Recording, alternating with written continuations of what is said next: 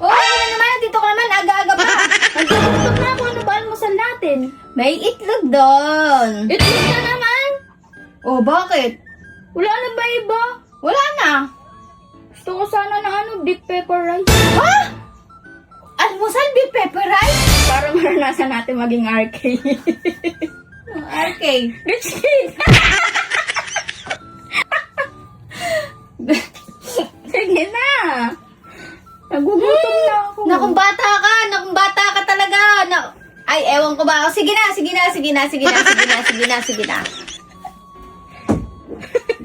At ayun nga mga ate, wala na naman tayong nagawa kundi pagbigyan yung gusto ni Ate Kat nyo. Abay, kundi lang ako nagugutom, hindi ko nga siya pagbibigyan. Kaya naman pala nire-request yung beef pepper rice. Ay may nakita ngang beef dun sa rep namin. At magaling mga ate, nilabas niya na nga para ma-thaw out na. Bali, ito nga yung beef na natira nung nagawa tayo ng beef inoki roll. Kailangan nga pala natin dito ng spring onion. Wala kaming mabilan dito sa amin, kaya binunot ko na lang yung tanim namin. Yun nga lang, maliliit pa at isang tangkay lang. Tangkay ba yung tawag doon? Tapos nagayat nga lang ako dito ng isang puting sibuyas at 2 ulo ng bawang. Kung wala kayong bawang, pwede yung garlic. Bali, kinadkad ko nga lang ito para maging pino. Tapos ilalagay ko sa isang lagayan. Nagawa nga pala tayo dito ng pinaka-sauce. Bali, inilagay ko na nga pala dyan yung sarili ko para yummy. Walang ganon! Bali, nilagyan ko na rin dyan ng oyster sauce, sesame oil, pamintang durog at asukal. Kung walang asukal, pwede naman yung sugar. Feeling ko, mas matamis nga iyon. Haluin lang natin ito hanggang sa magkahalo-halo na sila. Tapos isinalang ko na dyan yung aking pan. Naglagay na rin ako dyan ng sesame oil. At dito nga natin gigisayin yung puting sibuyas. Gisayin lang natin ito hanggang sa magkaramelize. Tapos ikalat lang natin at ilagay na natin yung mga beef natin. At syempre dahil dito na nga lang tayo gumawa nito sa bahay, ba't hindi pa natin damihan yung beef? Para naman talagang sulit. Kapag sa labas ka kasi kakain nito, ang konti lang nung beef. Tapos medyo may kamahalan talaga. Paborito nga namin ito ni Ate Kat nyo. Matagal na rin yung huling kain namin ito, kaya talagang nag-crave na kami. Ay